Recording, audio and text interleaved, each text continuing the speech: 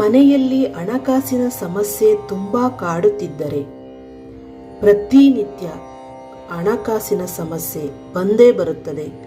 ಆ ಹಣಕಾಸಿನ ಸಮಸ್ಯೆಯನ್ನು ನಿವಾರಣೆ ಮಾಡಿಕೊಳ್ಳಲು ಈ ಒಂದು ಚಕ್ರದ ಸಹಾಯದಿಂದ ಮಾಡಬಹುದು. ಈ ಚಕ್ರವನ್ನು ವಿಡಿಯೋದಲ್ಲಿ ಬರೆದಿರುವ ಹಾಗೆ ಬಿಳಿಯ ಹಾಳೆಯಲ್ಲಿ ಅಥವಾ ತಾಮ್ರದ ತಗಡಿನಲ್ಲಿ ಮಾಡಿದರೆ ತುಂಬ ಶ್ರೇಷ್ಠ. ತಾಮ್ರದ ತಗಡನ್ನು ತಂದು ಈ ಚಕ್ರವನ್ನು ಅದರಲ್ಲಿ ಬರೆದುಕೊಂಡು ನಾವು ತಿಳಿಸುವ ರೀತಿಯಲ್ಲಿ ಮಾಡುವುದರಿಂದ ನಿಮಗೆ ಹಣಕಾಸಿನ ಸಮಸ್ಯೆ ನಿವಾರಣೆ ಆಗುತ್ತದೆ.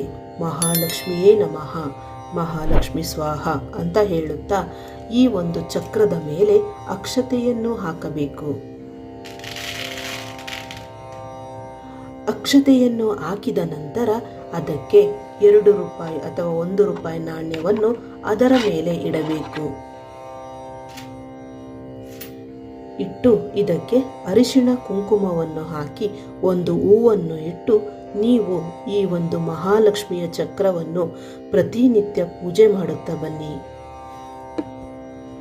ಇದನ್ನು ಪೂಜೆ ಮಾಡುವಾಗ ಮಹಾಲಕ್ಷ್ಮಿಯನ್ನು ಮನಸ್ಸಿನಲ್ಲಿ ನೆನೆಸಿಕೊಂಡು ಒಂದು ಮಂತ್ರವನ್ನು ಪಠಿಸಿ ಓಂ ಮಹಾಲಕ್ಷ್ಮಿಯೇ ನಮಃ, ಓಂ ಮಹಾಲಕ್ಷ್ಮಿಯೇ ನಮಃ ಎನ್ನುತ್ತಾ ಒಂದಿಷ್ಟು ಮಂತ್ರವನ್ನು ಪಠಿಸಿ ನಂತರ ಈ ಒಂದು ಚಕ್ರವನ್ನು ದೇವರ ಮುಂದೆ ಇಡಬೇಕು. ಮಹಾಲಕ್ಷ್ಮಿ ಅಥವಾ ಕುಬೇರ ಲಕ್ಷ್ಮಿಯ ಫೋಟೋ ಮುಂದೆ ಇಟ್ಟು ಪೂಜೆ ಮಾಡುತ್ತಾ ಬನ್ನಿ. ನಂತರ ಈ ಅಕ್ಷತೆಯನ್ನು ಜಾಲಿ ಗಿಡದ ಬುಡದಲ್ಲಿ ಹಾಕಿಬಿಡಿ. ಇದರಿಂದ ನಿಮಗೆ ಹಣದ ಸಮಸ್ಯೆ ನಿವಾರಣೆ ಆಗುತ್ತದೆ.